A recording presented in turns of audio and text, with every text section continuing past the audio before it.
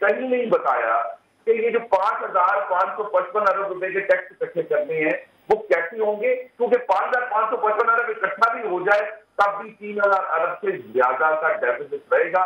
اور ایک جو قرضوں کی بات رہ گئی ہے, خیبر پختونخوا کی حکومت کی 2013 سے 18 تک ان کے نمبر نکالنے, انہوں نے بھی اپنے 5 سالوں میں 3,000 ارب کا قرضہ لیا اور آخری قرضہ جو ایشین ڈیولپمنٹ بینک سے لیا میٹرو کے لیے. اب وہ 100 ارب کے کھڈے جو ہیں پشاور کے شہریوں کا منہ چڑھا رہے ہیں اور ان کو تکلیف دے رہے ہیں. ان کو یہ ساری ایشوز جو ہے باہر آئیں گے نا, کیا وہاں جو کھیتی نے لیے قرضے لیے ان سے گو اسکول بنے, گو اسٹوڈنٹس ہوئے, تمام جو پودے تھے وہ بھی نہیں لگے. اس کے بعد مالم جربہ کا کیس ہوا.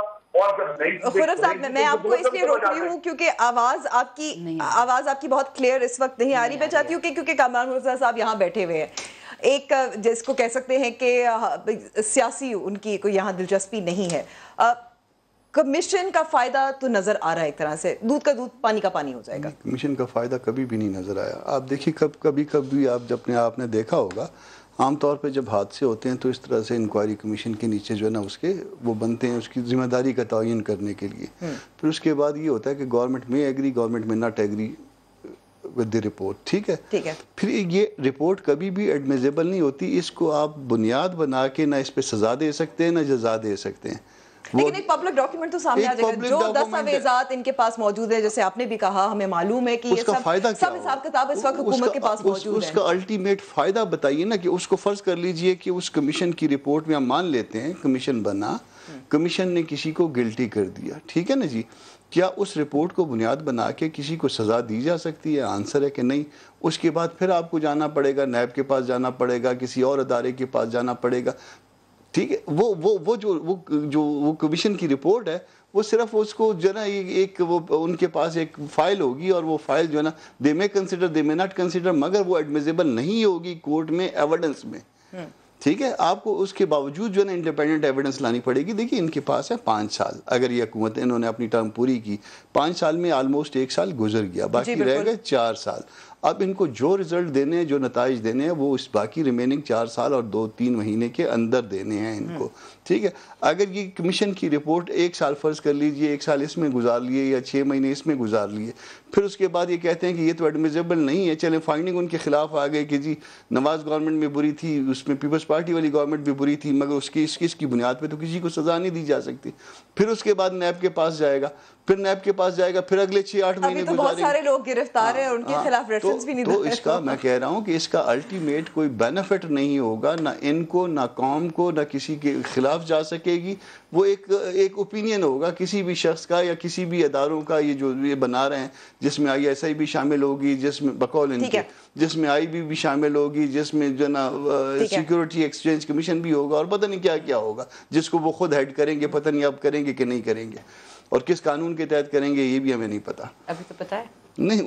میں تو یہ کہہ رہا ہوں نا, بتا دیجیے نا کہ کمیشن آف انکوائری ایکٹ کے نیچے جو ہے وہ پرائم منسٹر اس کو ہیڈ کر سکتے ہیں, یا وہ ایڈمیزیبل ہے یا نہیں ہے. 3 دن میں پتا چل جائے گا, تھوڑا سا صبر کر لیں, پوری ڈیٹیل آ جائے گی. میں respond to a couple of things. میں actually I want to move on a little bit. میں چاہتی ہوں کہ answer a couple of things. Number 1, نقصان کیا ہے اس کمیشن کا, بینیفٹ نہیں ہے, قوم کا نقصان کیا ہے. نمبر 1, ٹرک کی بتی کے پیچھے لگا رہی. Doesn't matter, let the truth come out. سچ سے کیوں ڈرے ہم؟ اگر نہیں کچھ غلط کیا آ جائے گا, فار ایور وائٹ ہو جائے گی Peoples Party P M L A. کوئی ڈائیورٹ نہیں ہے سر, ابھی اصلی رگ پکڑی ہے, شارک جسے ہم کہتے ہیں. دوسری بات, حمود الرحمان کمیشن رپورٹ کیوں کی سر؟ کیا ضرورت تھی؟ بنگلہ دیش صرف جدائی ہوا تھا نا, الگ ملک ہو گیا. کس کو اس کی سزا دی؟ کسی کو سر جزا سزا میں انسان سوچتا ہے. سچ ایک انڈیپینڈنٹ کوئی چیز نہیں ہوتی ہے. سچ ہم ہمیشہ بس ریل روڈ کریں, شوگر کوٹ کریں. چیز ذرا بتا رہی تھی ہماری منسٹر صاحبہ کی, جی پل ہے, انف. نیا پرانے پاکستان کا یہ فرق جب تک نہیں ہوگا, جب تک ہم سچ بولنے کے عادی نہیں ہوں گے, قوم کے سامنے سچ, ہم رسپانسبل ہیں قوم کے, ہم قوم کے حکمران نہیں, ہم نوکر ہیں قوم کے, ہم نے جواب دینا ہے, چاہے آگے ہم سے چاہے پیچھے ہم سے. ایک اور بات امبر, کیونکہ میں چاہتی ہوں آگے پلیز, کیونکہ یہ ایڈمنسٹریٹو میجر, یہ پالیسی میجر نہیں ہے, تو اس پہ اتنا غم کھانے کی ضرورت نہیں ہے. جسٹ ریلیکس, جو ہونا ہوگا ہو جائے گا, وقت جو ہونا ہوگا ہو جائے گا. لیکن آج شاہد خاقان عباسی صاحب نے ایک اور چیلنج جو دیا تھا, وہ بھی سن لیتے ہیں. میں نے جو میرا گوشوارہ تھا وہ میں نے ویب سائٹ پہ ڈال دیا, جس نے پڑھنا ہے اس کو پڑھ کے دیکھ لے. 20 سال کے. تو میں گزارش یہ کروں گا کہ اس ملک کا وزیر اعظم اور اس کی کابینہ بھی وہی گوشوارہ بھر کے ویب سائٹ پر رکھ دیں. یہ میرا چیلنج ہے عمران خان صاحب کو اگر آپ میں ہمت ہے اور رات کے 12 بجے والی بزدلی نہیں ہے، تقریر کرنی تھی دن کے روشنی میں کرتے، اسمبلی میں کرتے. تو اگر میرا چیلنج ہے کہ آج بھی وہ گوشوارہ میں ان کو بھیج دیتا ہوں، خود بھی بھر کے اور اپنے وزراء سے بھر کے عوام کے سامنے رکھ دے. شاندانہ صاحبہ چیلنج دے دیا، کمیشن تو بن ہی رہا ہے. اسمبلی میں کیوں نہیں بولے؟ آپ کو پتہ ہے کل ماشاءاللہ ایک ہمارے ہیں منیج صاحب سر پہ ٹوپی اسلامی، داڑھی بھی اسلامی، کاغذ پھاڑ پھاڑ کے جس طرح ہمارے شادیوں میں ہوتا ہے کہ پیسے پھینکے جاتے ہیں، یہ تو ان کے عمل تھے ماشاءاللہ. اسمبلیز میں تو ایسا ہوتا رہتا ہے، یہ کوئی پہلی دفعہ نہیں ہے، بلکہ میں یہ کہوں گی کہ آخری بھی نہیں ہے. جو منسٹر فار ریونیو حماد صاحب نے بڑے تحمل سے، انہوں نے بس جو اپنا کام کرنا تھا، ڈاکٹر سمینا نے مائک کھینچا تو بس غزالہ سیفی کو دھکا مارا. لیکن میں یہ کہنا چاہ رہی ہوں کہ ممکن ہے، ہو سکتا ہے اگر آپ چاہیں تو. دیکھیں اس کے باوجود شور شرابے میں بات نہیں کر رہی ہوں، میں صرف یہ بات کر رہی ہوں کہ آپ تمیز کا لیول دیکھیں اسمبلی میں، چاہے وہ ہم ہو چاہے وہ ہو، ایکول ہے نا سارے ممبرز، چاہے ٹریجری بینچ ہو چاہے اپوزیشن ہو. جب آپ اپنے کیریکٹر کی اس طرح عکاسی کرتے ہیں، آپ ملک کو کیا دکھا رہے ہیں؟ بجٹ سیشن ہو رہا ہے، شادی نہیں ہو رہی ہے.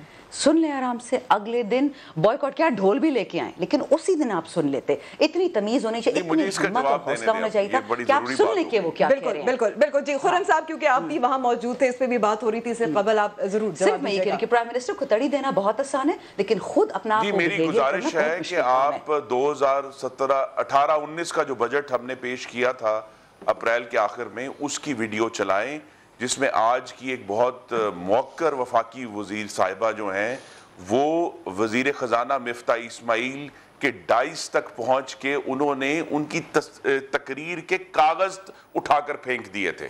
اس قسم کا حملہ مسلم لیگ نون کے اوپر اس وقت پی ٹی آئی کی اپوزیشن نے کیا تھا. تو کل والا تو جو ہے یہ ویسے پریشان ہو گئے، کیونکہ یہ ان کی نالائکی اور ان کا جو میں سمجھتا بد انتظامی ہے وہ اس لیول کی ہے کہ یہ اب ان چیزوں کے پیچھے چھپ رہے ہیں کہ جی وہاں تو شور ہو گیا. دا پوائنٹ از جتنا بھی شور ہوا، اس دستاویز میں پاکستانیوں کے لیے صرف بھوک لکھی ہے، کیونکہ زراعت تباہ ہو گئی، صنعت ایکچولی سکڑ گئی ہے -2% جو پاکستان کی لارج سکیل مینوفیکچر ہے، روزگار تباہ ہو گیا، کاروبار تباہ ہو گیا، معیشت تباہ ہو گئی، اور پاکستانی جو ہیں وہ حیران و پریشان ہیں.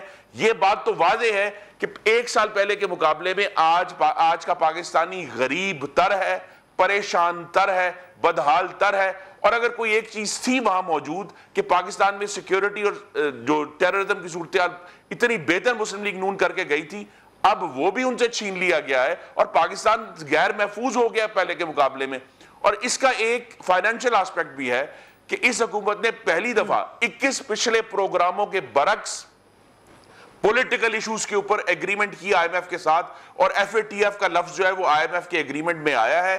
انہوں نے ابھی تک ایگریمنٹ چونکہ نہیں بتایا ہمیں، لیکن یہ سودے بازی ہوئی. اور جو حالات ہیں ان کے کہ جو لوگ 4000 ارب روپے کا ٹیکس اکٹھا نہیں کر پا رہے اس سال، ان سے یہ امید رکھنا کہ یہ 5555 ارب اکٹھا کریں گے. یہ جو پورا بجٹ ہے یہ صرف ایک آئی ایم ایف ریویو کی مار ہے، اور اس کے بعد یہ 6 مہینے بعد آئی ایم ایف کے پاس جائیں گے، ویور یعنی استثناء مانگیں گے، اور پھر اس استثناء لینے کے لیے پاکستان کے قومی مفاد پر مزید سودے بازی کریں گے. تو یہاں تو ایک کرمنل لیول آف انکمپیٹنس ہمیں نظر آ رہا ہے. میں یہاں آپ کو ایک کلپ سناتی ہوں. وہ مشیر خزانہ عبدالحفیظ شیخ سے جب پوچھا گیا تھا کہ کمیشن کے سامنے وہ پیش ہوں گے تو ان کا کیا کہنا تھا، سنیے. اس پہ آپ سے اس گورنمنٹ کی جو ذمہ داری ہے، اگر یہ قرض لے رہی ہے اور اس کو اچھے انداز میں استعمال نہیں کر رہی ہے، تو میں سمجھتا ہوں کہ ہم لوگ خوشی سے اکاؤنٹیبلٹی کے لیے حاضر ہیں. میں نے اس کا نہیں پوچھا جی. جب آپ پہلے فائنانس منسٹر تھے تو 8000 ارب سے 14000 ارب جی ٹھیک ہے. پرائم منسٹر صاحب کہہ رہے ہیں کہ یہ پیسہ کھایا گیا ہے. 24000 میں سے 8000 آپ کی حکومت والی حکومت جی. تو آپ نے تو جو پیسہ لیا تھا بجٹ ڈیفیسٹ فائنینسنگ کے لیے. دیکھیں نا، اگر ہم اتنا آگے نہیں چلے جائیں کہ یہ جو کمیشن ہے یہ کیا فیصلہ کرے گا اور کیا وہ فائنڈ کرے گا، because let it do its job and then we are all going to be here and we can talk about it, right? مانا ایک چیز ابھی سجیسٹ ہوئی ہے اور ڈیسائیڈ ہوئی ہے، اور اس عاجز احمد صاحب، حفیظ شیخ صاحب کو تو ظاہر ہے سب خفیہ راز جو ہے معلوم پیپلز پارٹی کی، وہ تو بتا دیں گے بڑے آرام سے یہ قرضے کہاں استعمال ہوئے. دیکھیں ایشو یہ ہے کہ بات ہو رہی ہے 10 سال اور 10 مہینے کی. حکومت جو ہے وہ 10 سال پہ فوکس کر رہی ہے اور ہم ان سے معمولی چیز 10 مہینے کی پوچھ رہے ہیں. ایک ترازو لیں جو انصاف والا ہو. تحریک انصاف والا نہیں، کیونکہ اب ان کی پارٹی میں انصاف رہا نہیں. انصاف والا کوئی ترازو ہو اور اس میں آپ تولیں کہ 10 سال کے جو قرضے قوم کو جو بیوقوف بنانے کی ناکام کوشش کی جا رہی ہے حکومت کی جانب سے، اور 10 مہینے کے جو قرضے لیے ہیں وہ کہاں پہ خرچ کیے ہیں. چلو ہم نے نہیں بتایا، آپ تو منتھلی آپ جو ہے وہ ویب سائٹ بنا لیں، قوم کو بتائیں کہ ہم نے 10 مہینے میں اتنا قرضہ لیا اور منتھلی اتنے پروجیکٹس میں ہم نے خرچہ کیا. وہاں پر تو آپ سائلنٹ ہیں. اگر ہم سے جواب مانگا جا رہا ہے تو آپ 10 مہینے کے جواب نہیں دے رہے کیونکہ آپ تو بڑے کریڈیبل ہیں. اور دوسرے ابھی آپ نے کلپ چلایا اور ابھی بات سمجھ میں آ گئی کہ یہ جو کمیشن کا جو کانسیپٹ ہے یہ پرائم منسٹر کا خود کا نہیں، یہ پرچی کانسیپٹ ہے. یہ ہے حفیظ شیخ کا جو ابھی انہوں نے بات کی، اور یہ وہی وزیر تھے. ابھی آپ نے کلپ دکھائے تھے حفیظ شیخ کے اور ڈاکٹر فردوس عاشق ایوان صاحبہ کے. دیکھیں یہ وہی دونوں افراد تھے. جب ہماری حکومت کی بجٹ پیش کرتے تھے تو اگلے دن میڈیا میں یہ اس طرح ڈیفنس کرتے تھے اور اسی طرح قوم کو کہتے تھے کہ جی بڑے حالات ملے، اب ہم سنبھال لیں گے. اچھا چہرے وہی ہیں، پارٹی الگ ہے. ٹھیک ہے، چہرے وہی ہیں. معذرت میں کرتی ہوں، میں آپ کی بات یہاں وقت کیونکہ ہمارا ختم ہو گیا. عاجز دھارمڑا صاحب، شاندانہ صاحبہ، کامران صاحب اور خرم ذکیر صاحب، آپ سب کا بہت بہت شکریہ. ضرور ہمیں پروگرام پہ فیڈ بیک دیجیے گا ہمارے فیس بک پیج اور ٹویٹر ہینڈل پہ. اب ہوگی پیر کو ملاقات. خدا حافظ.